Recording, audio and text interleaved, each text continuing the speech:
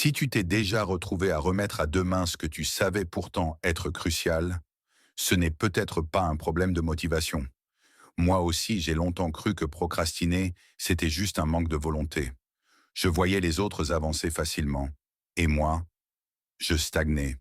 Je culpabilisais, je me dévalorisais, je me disais que je n'étais pas assez discipliné. Mais avec le temps, j'ai compris une chose essentielle. Ce n'était pas un défaut de caractère. C'était juste mon cerveau qui fonctionnait d'une manière particulière. Et aujourd'hui, c'est exactement de ça dont on va parler. Ce qui se cache derrière la procrastination. La procrastination n'est pas juste de la paresse. C'est souvent un mécanisme de protection.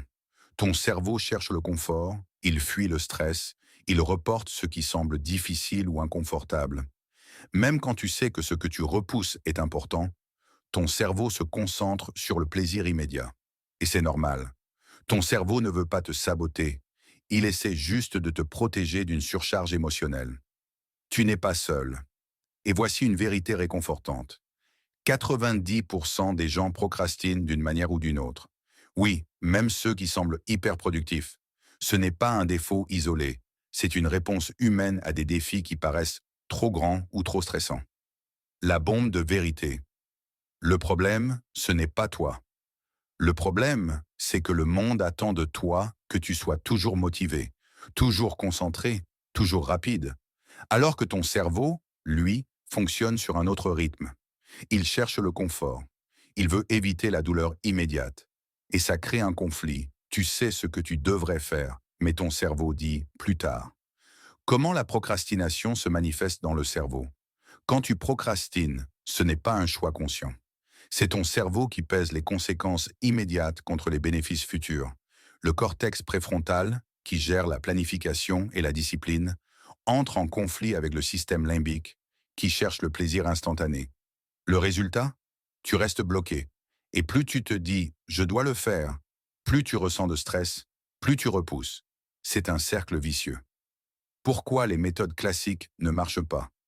Les to-do list, les alarmes, les punitions mentales, elles ne touchent pas la vraie raison derrière la procrastination. Ton cerveau ne manque pas de discipline. Il cherche simplement à se protéger d'un inconfort qu'il perçoit comme trop grand. Alors lui dire «force-toi» ne fait que renforcer le blocage. Comment dépasser ce cycle? Astuce concrète?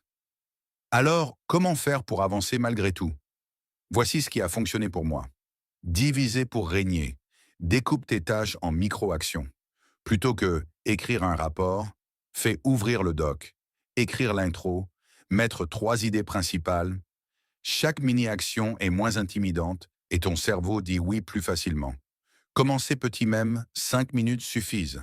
Ton cerveau se met en route et souvent tu continues naturellement. Associer le travail au plaisir. Écoute une musique que tu aimes, prends un café que tu adores, change ton environnement. Si le cerveau anticipe du plaisir immédiat, il procrastine moins. Changer l'environnement. Éloigne les distractions visibles, organise ton espace de façon à rendre la tâche facile à démarrer. Utilisez le timing et la règle des 2 minutes.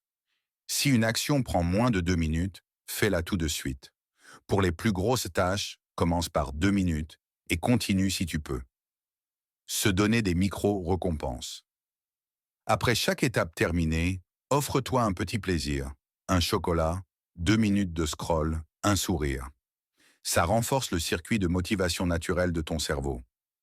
Ne pas te juger. La culpabilité et la critique ne font qu'activer le stress et augmenter la procrastination. Accepte que ton cerveau cherche le confort et guide-le plutôt que de le forcer.